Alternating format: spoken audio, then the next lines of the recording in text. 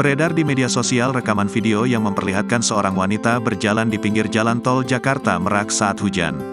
Rekaman video wanita hujan-hujanan ini viral di media sosial Instagram hingga TikTok. Salah satunya dibagikan ulang oleh akun Instagram @lowslow.indonesia pada Sabtu, tanggal 25 November tahun 2023 kemarin. Dalam video itu, terlihat wanita tersebut berjalan kaki di pinggir jalan tol Jakarta Merak. Wanita yang mengenakan baju berwarna hitam itu, tampak juga tak mengenakan alas kaki. Sedangkan di sampingnya, terlihat satu unit mobil patroli tol tampak mengikutinya.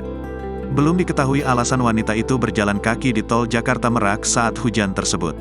Sementara itu, dikutip dari keterangan unggahan akun Instagram @lowslow.indonesia, dijelaskan kejadian wanita berjalan kaki di jalan tol Jakarta Merak, itu terjadi pada Sabtu, tanggal 25 November tahun 2023, siang.